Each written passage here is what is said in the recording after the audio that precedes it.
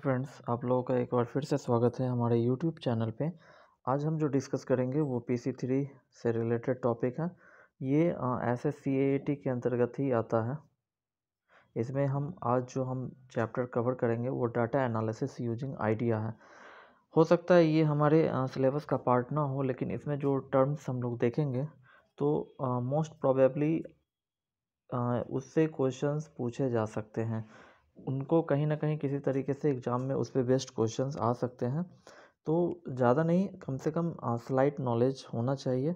तो मैं कुछ टर्म्स हैं जो कि डाटा एनालिसिस है। आइडिया में हम डाटा एनालिसिस को मतलब किस तरीके से हम डाटा एनालिसिस के लिए क्या क्या फंक्शंस अवेलेबल है, क्या क्या फीचर्स है, उसको हम जान लेते हैं। तो आज हम इस टॉपिक को कवर करेंगे। तो आइए हम लोग एक एक करके इन सारे पॉइंट्स को देखते हैं। तो सबसे पहला चीज़ है इंपोर्टिंग डाटा। हम लोग टर्म से क्लियर है कि डाटा को इंपोर्ट करना मतलब ये कि हमारे पास कोई ऐसा, चूँकि हम यूजिंग आइडिया पढ़ रहे हैं डाटा एनालिसिस, तो हमारे पास अदर सॉफ्टवेयर्स अवेलेबल है जिसमें कि डाटाबेस या जो भी डाटा हमारा दूसरे सॉफ्टवेयर में, तो उसको हमें आइडिया में यूज करने के लिए डाटा को लेना है तो हमें इंपोर्ट करना पड़ेगा। और वो उस फॉर्मेट में होना चाहिए ताकि हम उसको आइडिया में उस डाटा को यूज कर सके और उस पर डिफरेंट टाइप्स ऑफ जो भी फंक्शंस है, टेस्ट्स है, जो भी क्राइटेरिया पैरामीटर अप्लाई करके हम जो भी एनालिसिस करना चाहते हैं वो कर सकते हैं। तो देखते हैं इंपोर्टिंग डाटा में क्या है कि let us assume you have an Excel or Access file and you want to perform certain idea functionalities on it। ठीक है, Excel और Access फाइल है, सपोज कर लेते हैं, और आपको कुछ आइडिया के फंक्शंस जो है वो परफॉर्म करने हैं। Then it is important to import this files into IDEA. तो चूँकि फाइल हमारा एक्सेस या एक्सेल का है, तो आइडिया के फंक्शंस को यूज करने के लिए उसे इम्पोर्ट करने पड़ेंगे आइडिया में। IDEA facilitates user to import external file. तो आइडिया में ये फीचर्स अवेलेबल है, ये फैसिलिटीज़ प्रोवाइड करता है यूजर को कि वो एक्सटर्नल फाइल को इंपोर्ट कर सकता है, फाइल्स जो कि डिफरेंट फाइल फॉर्मेट्स में हो, लाइक एक्सेस, एक्सेल, डीबीएस और other ODBC DSN formats into idea database. तो डिफरेंट डिफरेंट फॉर्मेट्स है जिसको कि सपोर्ट करता है आइडिया में। उन सारे फॉर्मेट्स को क्या कर सकता है, इंपोर्ट कर सकता है डिफरेंट फाइल फॉर्मेट्स को यूजेबल फॉर्मेट में, जो कि हम आइडिया में यूज कर सकते हैं, उसमें उसको यूज कर सकता है। नेक्स्ट है इसमें you will have to import a file to your working folder. ठीक है, इंपोर्ट कर लेंगे। अब वर्किंग फोल्डर क्या होता है? It is simply a folder that contains the IDEA database that you wish to analyse. तो ये चीज़ याद रख सकते हैं कि वर्किंग फोल्डर, ज़रूरी नहीं कि इससे ज़्यादा क्वेश्चंस आ सकते हैं, लेकिन एग्जाम में 2-4 क्वेश्चंस या 2-4 मैंने बहुत कह दिया हो, लेकिन जो टर्म्स यूज होंगे वो कहीं ना कहीं रिलेटेड है तो उसको जानना चाहिए। तो आप इस चीज़ को याद रखेंगे। वर्किंग फोल्डर का मतलब क्या है कि वो फोल्डर जो कंटेन करता है आइडिया डाटाबेस को, जिसको कि आपको एनालाइज करना है, जिस डाटाबेस को आप एनालाइज कर रहे हैं आइडिया में, वो जहाँ पे होता है, जिस फोल्डर में होता है, वो हमारा वर्किंग फोल्डर होता है। तो जैसे हमने अदर फाइल फॉर्मेट से डाटा को आइडिया में लाया, उसी तरीके से आइडिया को डिफरेंट मतलब कि डिफरेंट सॉफ्टवेयर्स में यूज करने के लिए हमें क्या करना पड़ेगा, आइडिया से हमें दूसरे फॉर्मेट में एक्सपोर्ट करना पड़ेगा ताकि हम उसको अदर सॉफ्टवेयर्स में भी यूज कर सकें।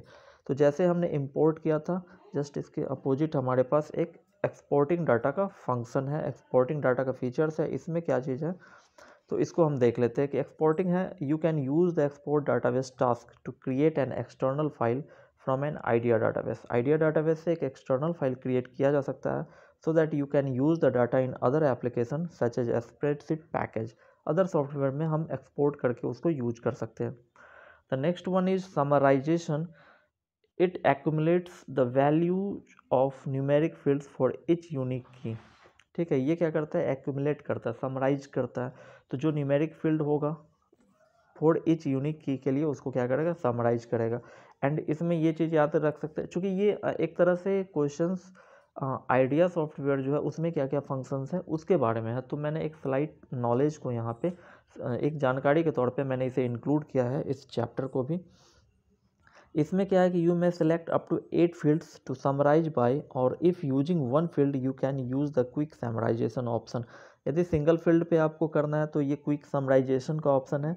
ऐसे लार्ज पैमाने पे अप टू 8 फील्ड्स तक जो है आप समराइजेशन कर सकते हैं। तो ये आइडिया में फीचर्स अवेलेबल हैं।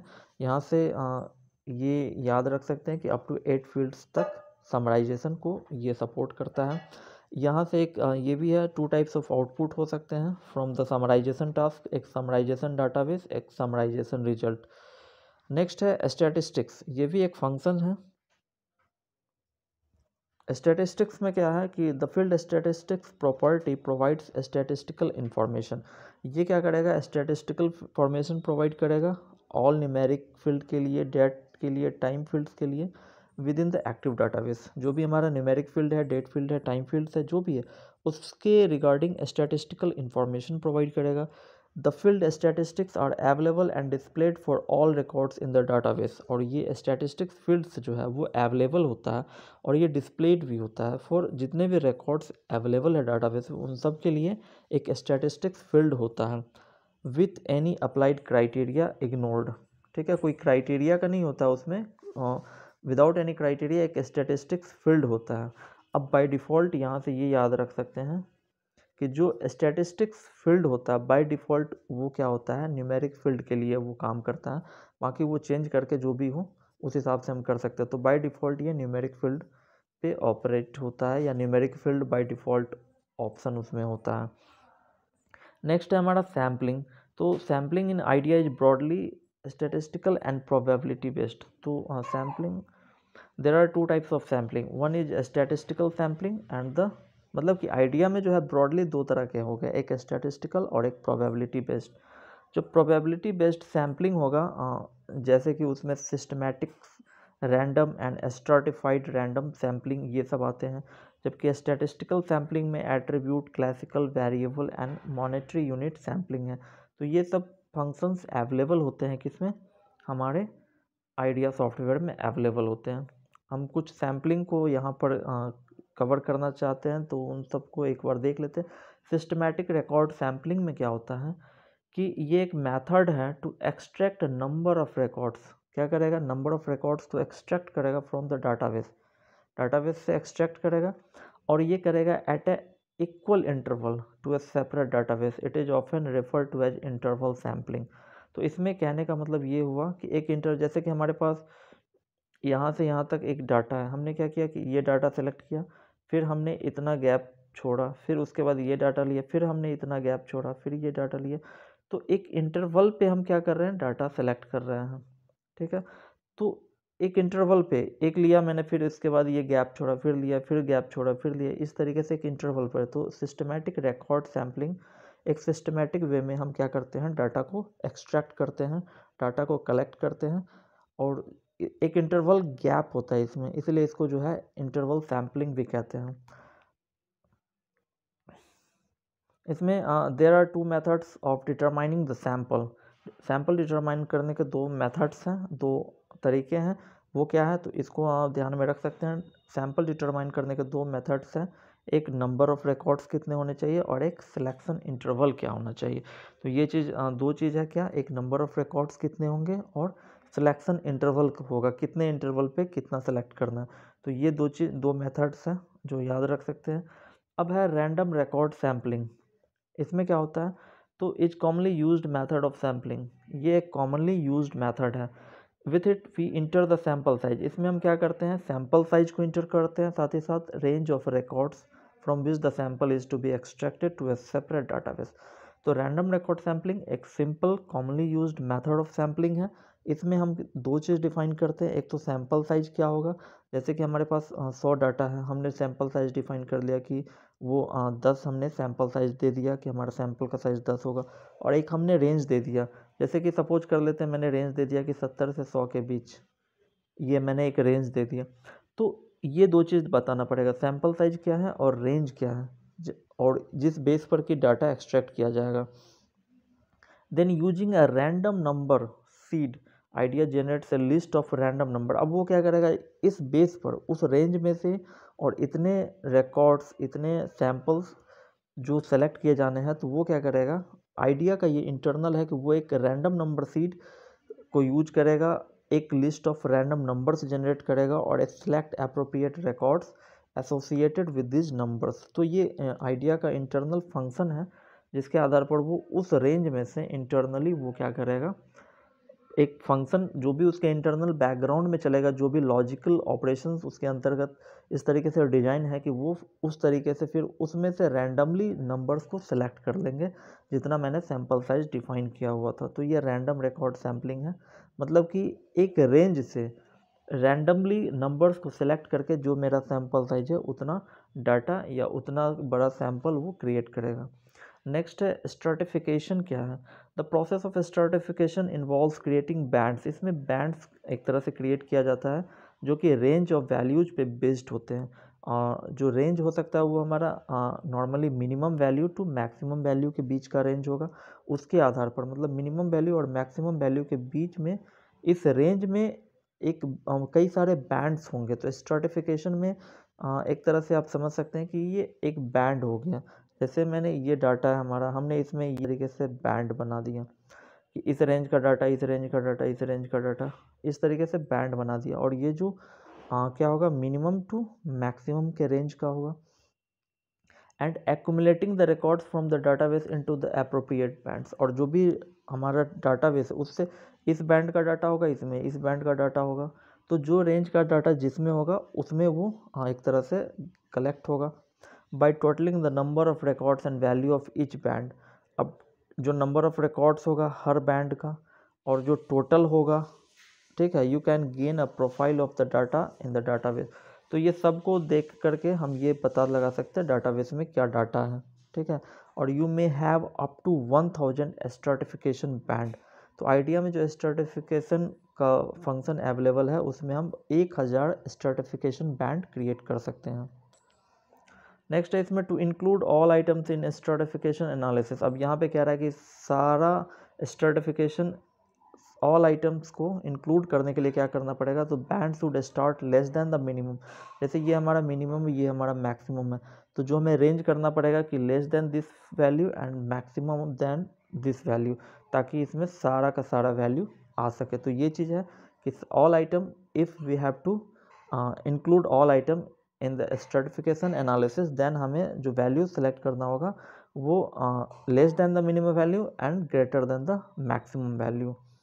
उसके बाद इसमें है डेट एंड कैरेक्टर स्ट्राटिफिकेशन और डिफरेंट। अब ये है कैरेक्टर स्ट्राटिफिकेशन हो सकता है, डेट स्ट्राटिफिकेशन हो सकता है, ये डिफरेंट होगा न्यूमेरिक स्ट्राटिफिकेशन से। किस मायने में? The different fields are total to the one used for banding. Numeric में टोटल होगा लेकिन कैरेक्टर डेट में टोटलिंग का फीचर्स, तो उसमें हम टोटल क्यों करेंगे? तो in the sense of total ये जो है स्ट्राटिफिकेशन डिफरेंट होते हैं। Now the another term is sorting. You know about this. Sorting मतलब जैसे हम एक्सेल के बारे में जानते हैं, पढ़ा होगा कि उसे अरेंज कर लेना एक डाटा को।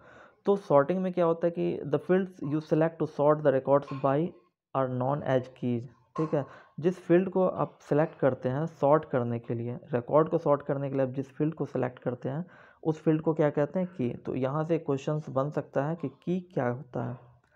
तो वो फील्ड, जिस फील्ड को आप सॉर्ट करने के लिए सेलेक्ट करते हैं वो आपका की होता है। सॉर्ट ऑर्डर में कंटेन अप टू 8 कीज, और सॉर्ट ऑर्डर में आप 8 की तक ले सकते हैं, मतलब कि 8 फील्ड को सेलेक्ट कर सकते हैं। 8 फील्ड लेवल पे आप सॉर्टिंग कर सकते हैं।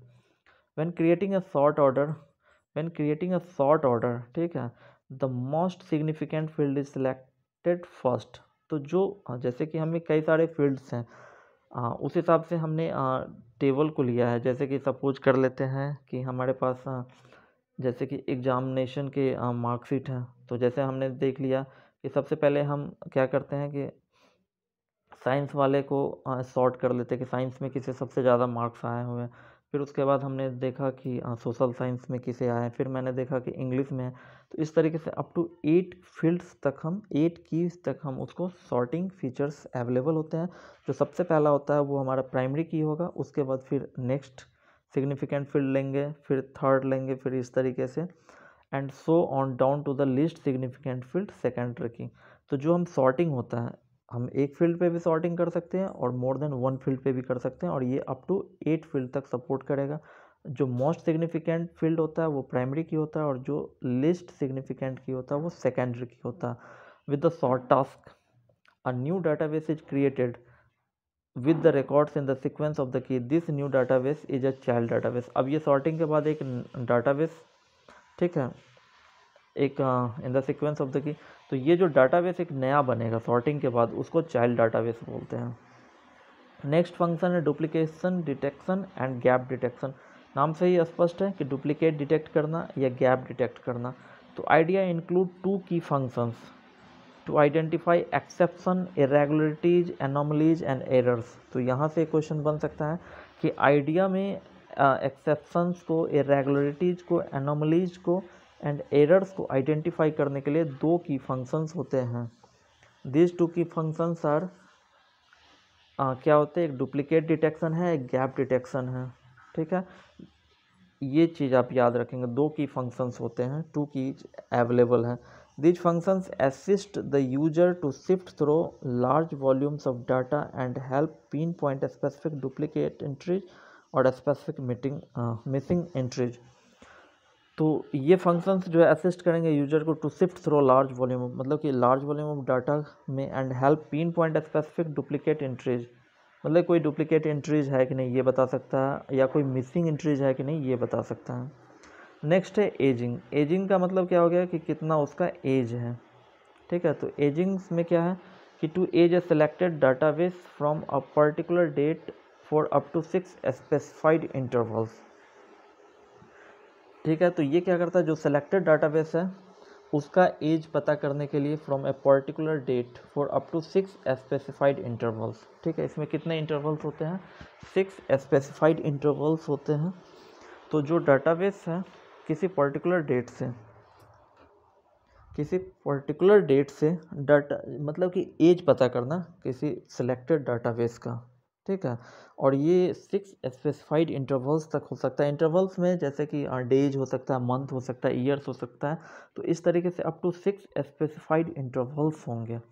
और दूसरा है to age the outstanding debts at the year end in order to determine provisions required against bad dates.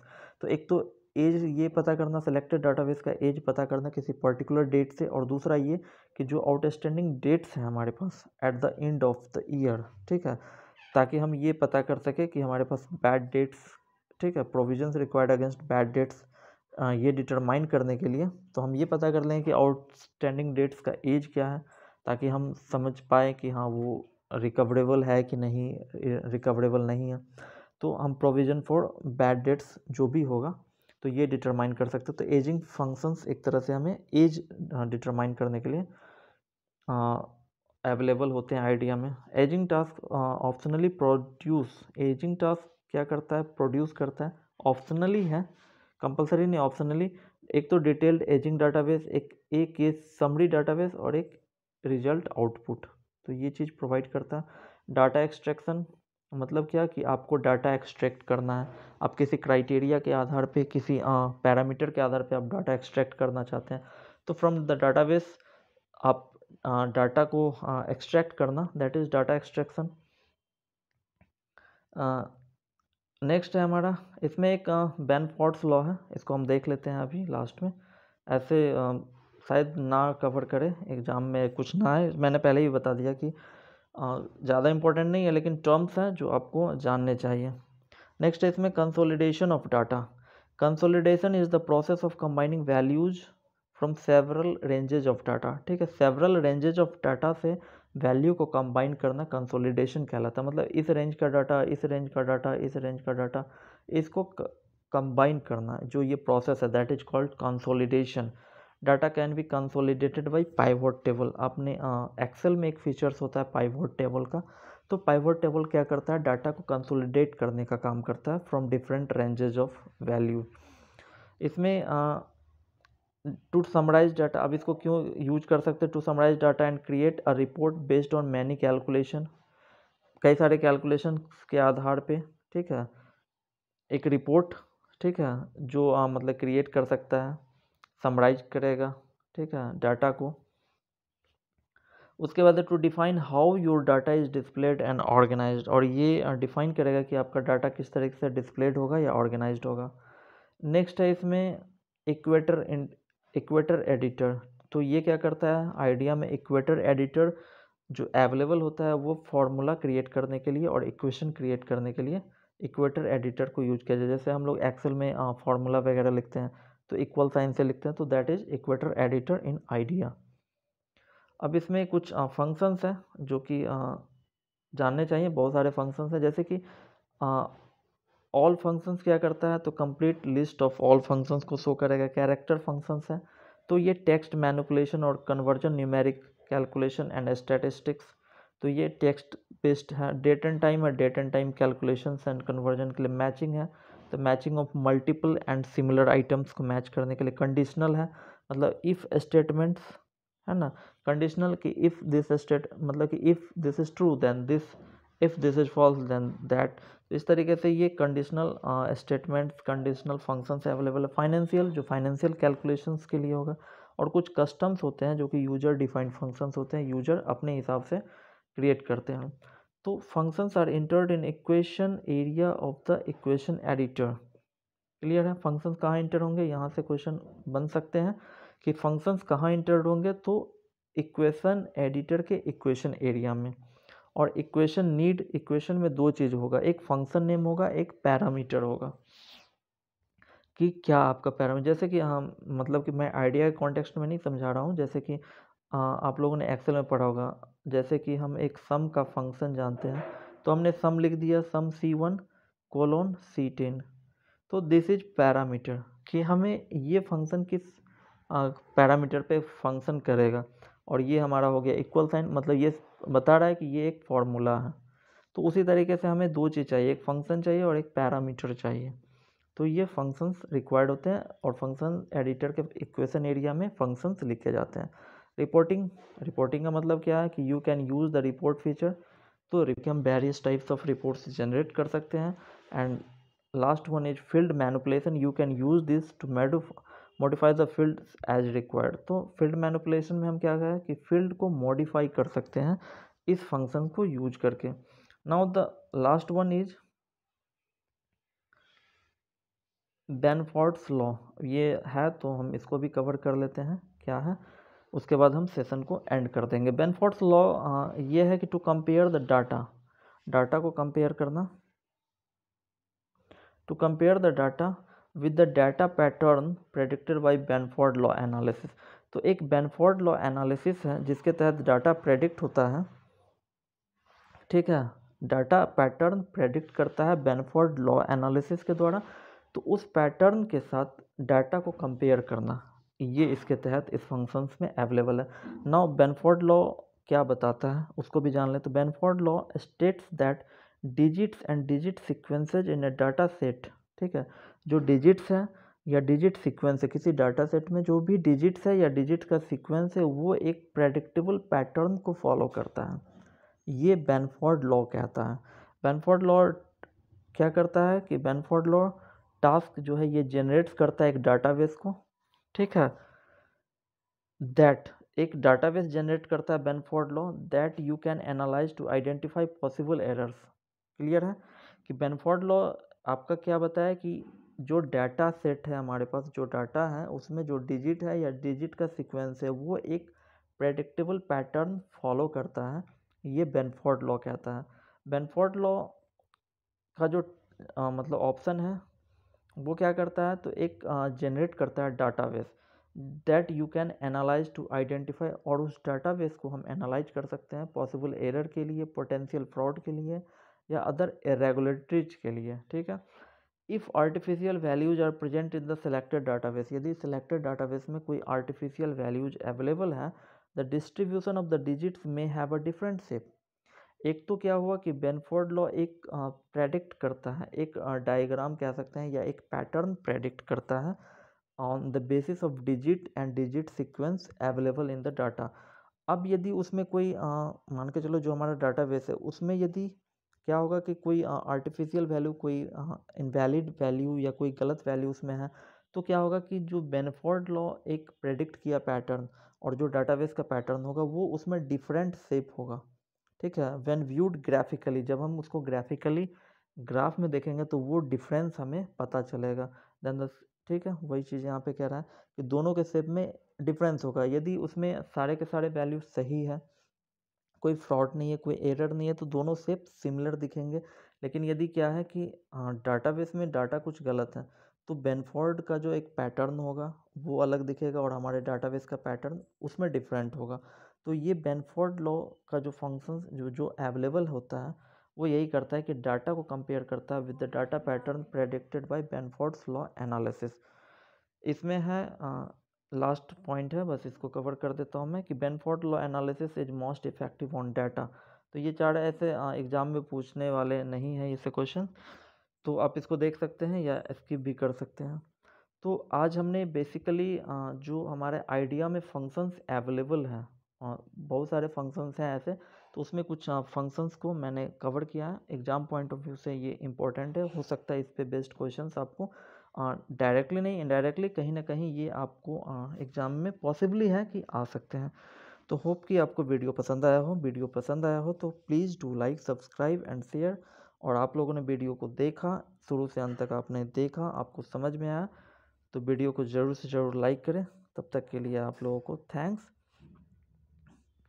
And जय हिंद।